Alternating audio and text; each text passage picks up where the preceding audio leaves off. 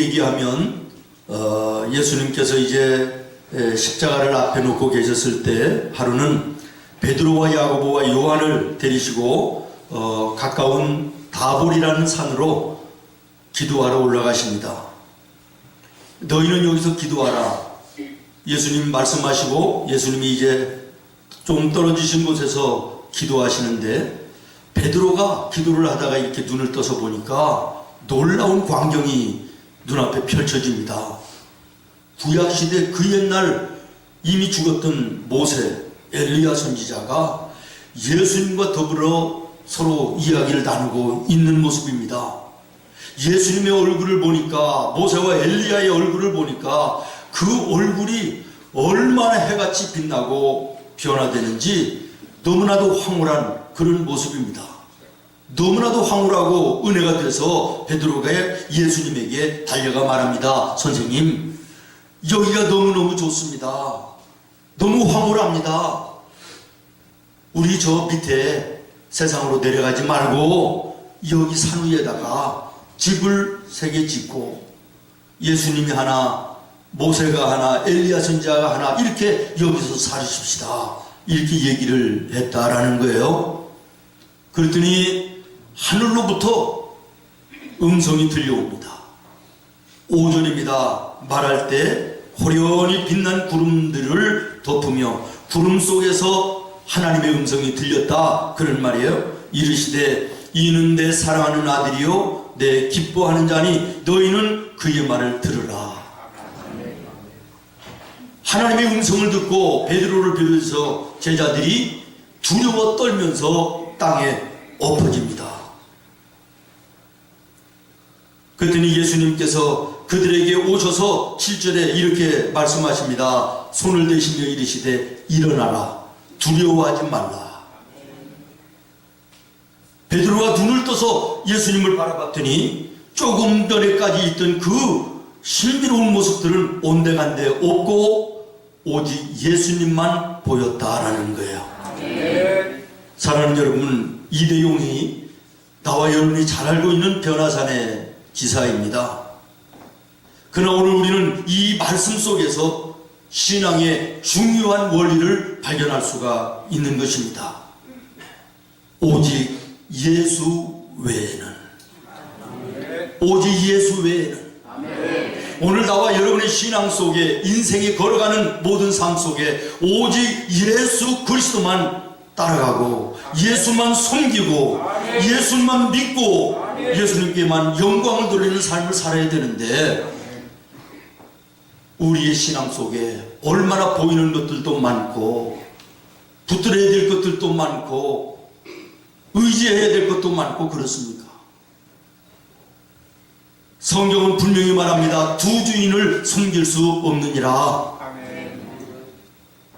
우리의 인생의 주인은 예수님이어야 되는데 나의 인생의 주인이 예수님도 물론이지만 세상도 사람도 물질도 주인처럼 섬기는 이런 신앙의 모습은 나에게 없는가라는 것이에요. 다시 말씀드립니다. 사랑하는 성도 여러분, 오늘 말씀 속에서 나와 여러분의 눈과 마음 속에 잘 박힌 못처럼 박혀야 될 말씀이 무엇이냐? 오직 예수 외에는. 아멘. 아멘. 아멘. 여러분 따라하겠습니다. 오직 예수 외에는. 그렇습니다. 사랑하는 여러분, 오늘 말씀은 신앙의 원리를 우리들에게 분명히 하고 계신데, 첫 번째는 무엇입니까? 우리는 오직 예수님만 섬겨야 된다라는 거야. 아멘. 오직 예수님만 섬겨야 된다. 아멘. 변화산에 예수님만 계신 것이 아니었다 그랬습니다. 황홀함 속에 베드로가 보니까 거기에 모세도 있고 엘리야도 있었다 그랬어요. 이 두 분도 정말 믿음의 훌륭한 분들이지요. 우리가 본받아야 될, 우리가 정말 따라가야 될 신앙의 모델되는 훌륭한 분들 아닙니까? 그러나 중요한 것은 그들은 섬김의 대상은 아니라는 거예요. 나와 여러분의 믿음의 대상은 아니라는 거예요. 네. 믿습니까? 네. 모세가 없이도 엘리야가 없이도 우리는 살 수 있지만 예수님 없이 살 수는 없는 것입니다. 아멘.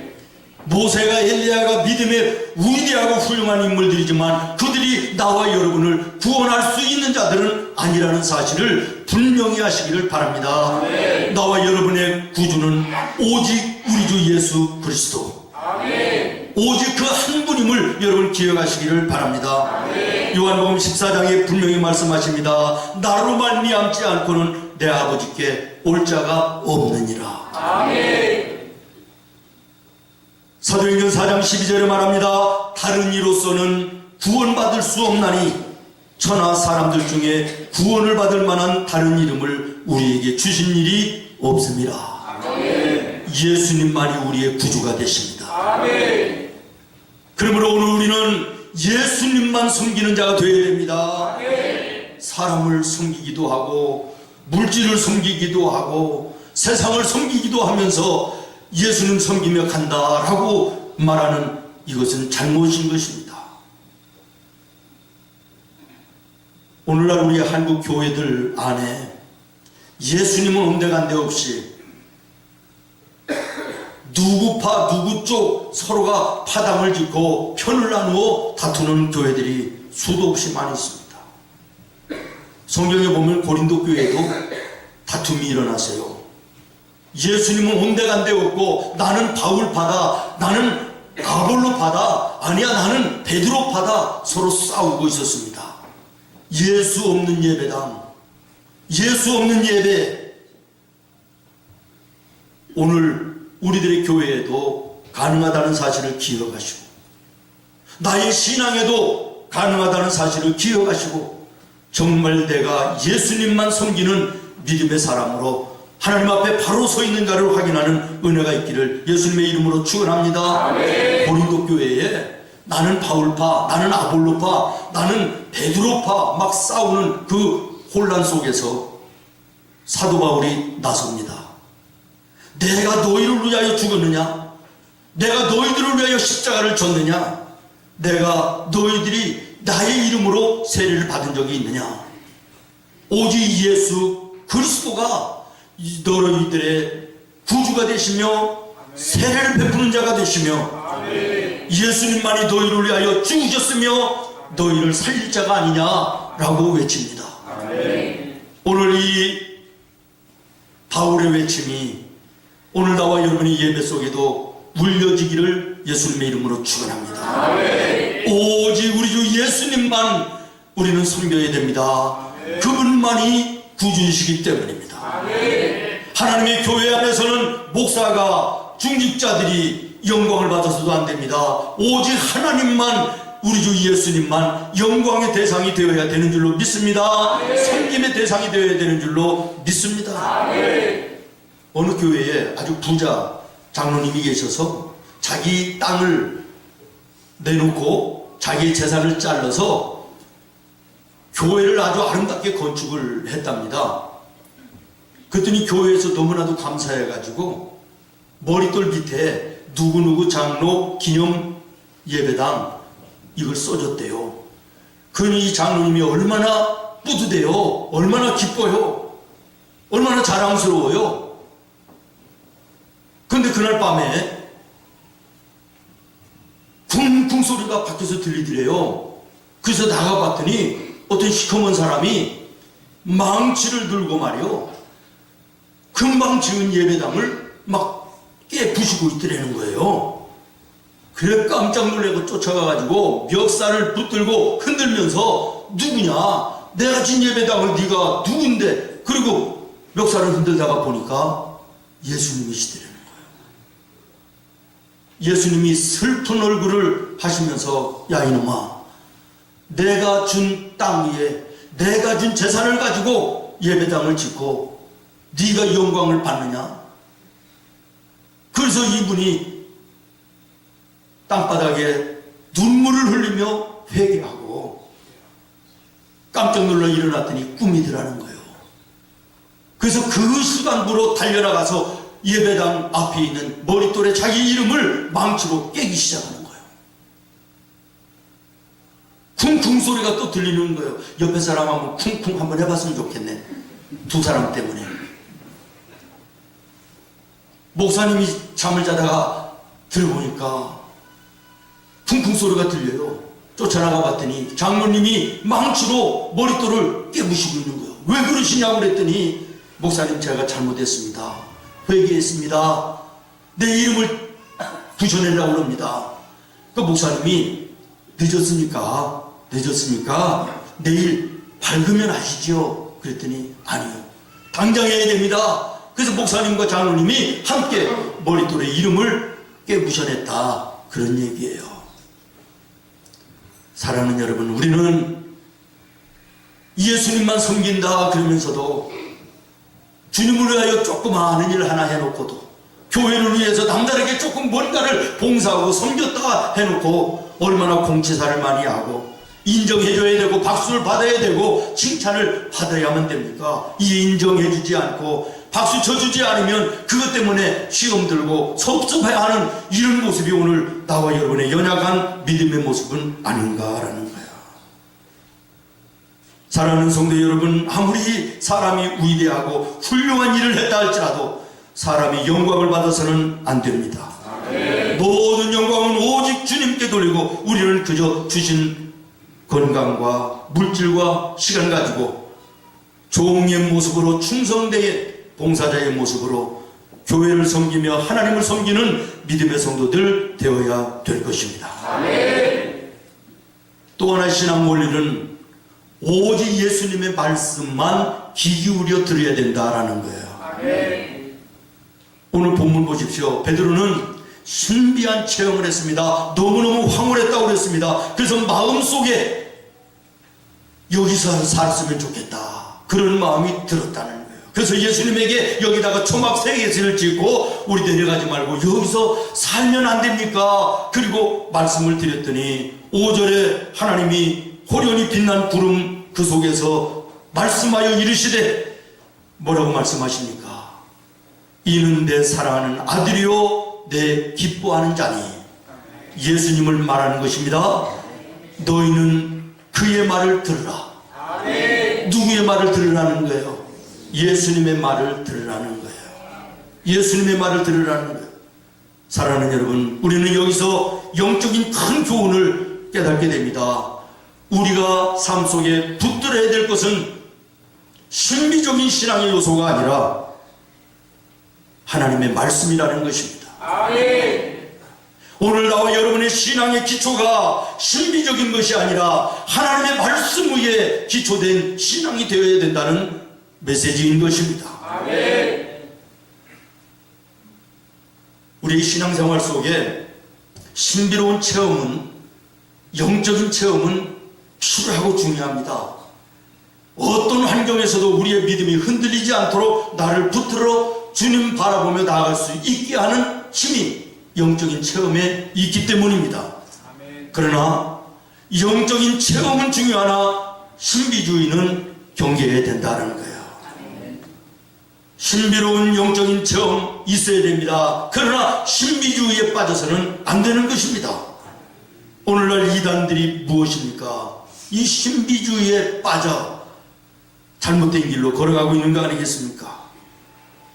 이스라엘 백성들을 보십시오. 광야에서 하나님의 그 신비로운 영적인 체험들이 얼마나 많이 있습니까?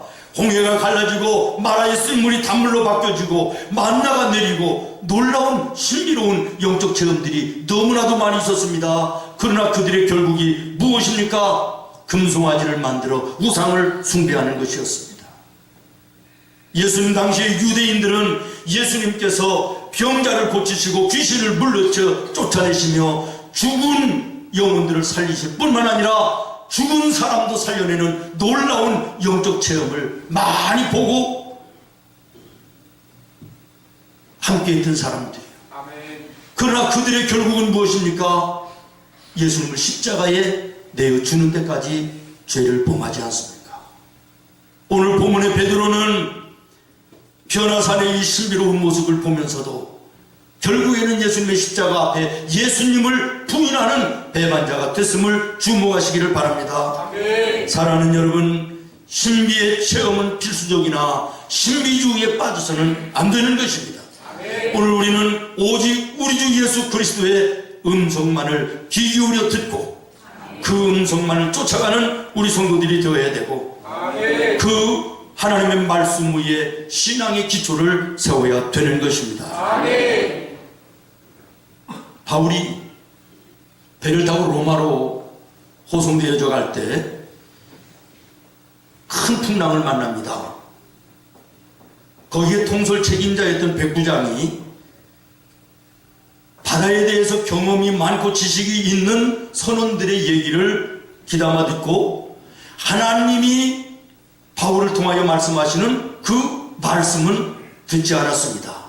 그 결과를 우리는 너무나도 잘 압니다.